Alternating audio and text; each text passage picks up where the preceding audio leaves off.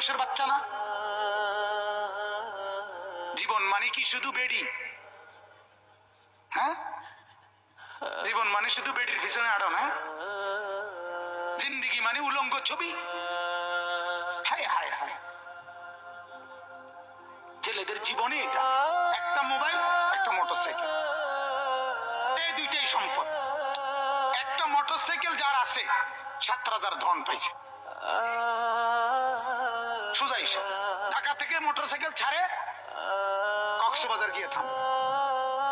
হ্যাঁ, প্রতিদিন রাতে, প্রতিদিন শত শত ছেলে মোটরসাইকেল চালায়। এজন্য ভাবা দরকার। আমার কথা হলো, আমার চিৎকার আমি দিতে থাকি।